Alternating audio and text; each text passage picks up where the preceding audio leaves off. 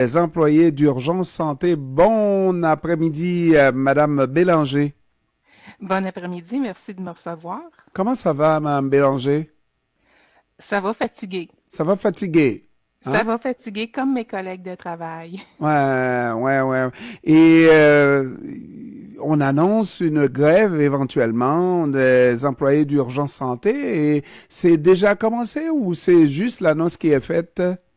L'annonce, elle est faite. On est présentement en grève de tâches. Donc, c'est certaines tâches jugées non essentielles qui sont actuellement pas effectuées par certains employés parce qu'il faut savoir qu'on est soumis à la règle des services essentiels. Donc, on a des choses qui doivent être entérinées par le tribunal administratif du travail et qui ne doivent pas porter atteinte à la santé et la sécurité de la population. Donc, présentement, c'est ces tâches-là qui sont mises de côté. Et par la suite, il va y avoir une grève de temps et grève de temps qui n'ont pas un impact non plus là, sur la santé et la sécurité de la population parce que c'est un souci pour tout le monde. Et Mhm. on a ce souci-là chez nous également. Donc, tous les employés, malgré leurs besoins d'améliorer leurs conditions de travail, malgré tout, ont le souci de la population.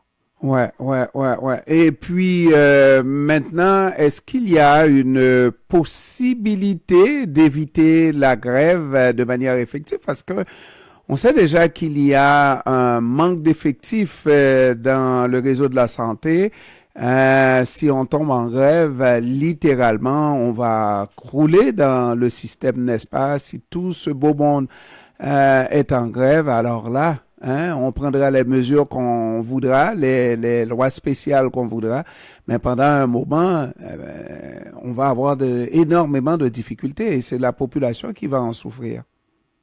Mais la population, on a le souci de ne pas mettre la population en danger. Ça, c'est très important pour nous. Par contre, actuellement, si on parle simplement des répartiteurs médicaux d'urgence, parce que le syndicat des employés d'urgence santé couvre les employés administratifs, tout comme les répondants médicaux d'urgence. Donc, quand vous faites le 911 pour une demande d'ambulance, mais le répartiteur médical d'urgence va prendre votre appel et va évaluer la priorité de votre appel.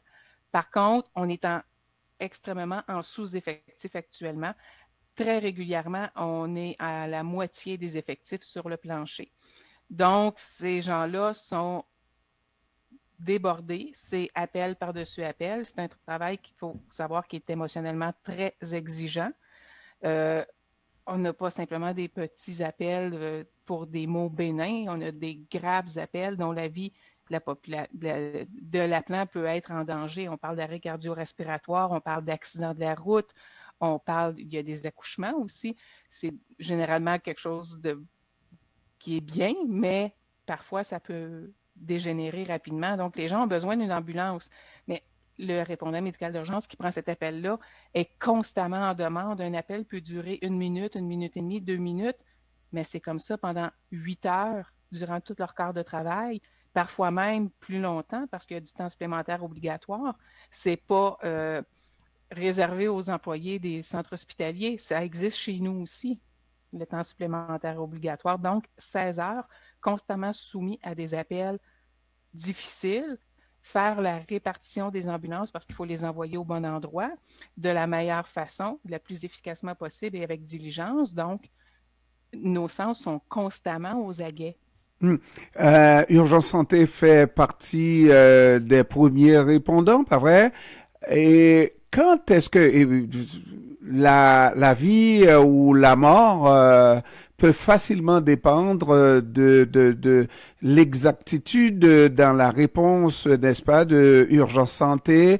Le temps que ça va prendre pour arriver, c'est fatal, n'est-ce pas? Tout comme ça peut sauver une vie. Quand est-ce que le risque de rupture de service peut arriver à tout moment. Quand est-ce qu'on craint que ce risque nous tombe ici à Montréal comme ça, là, du jour au lendemain? Quand est-ce que ça peut arriver? Ça peut arriver dans 10 minutes, dans 1 heure la semaine prochaine. On est constamment inquiet. C'est une préoccupation constante chez nous parce que les effectifs sont déjà pratiquement au minimum, des fois en dessous du minimum, Et s'il arrive quelque chose de catastrophique, ou un grand événement d'envergure ou quoi que ce soit, mais ça peut dégénérer.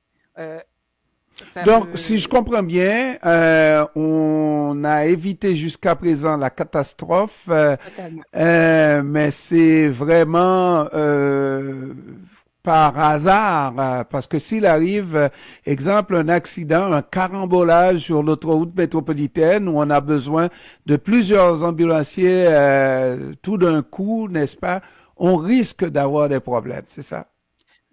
On peut qualifier qu'actuellement, ça tient du miracle s'il n'y a rien de catastrophique qui est arrivé.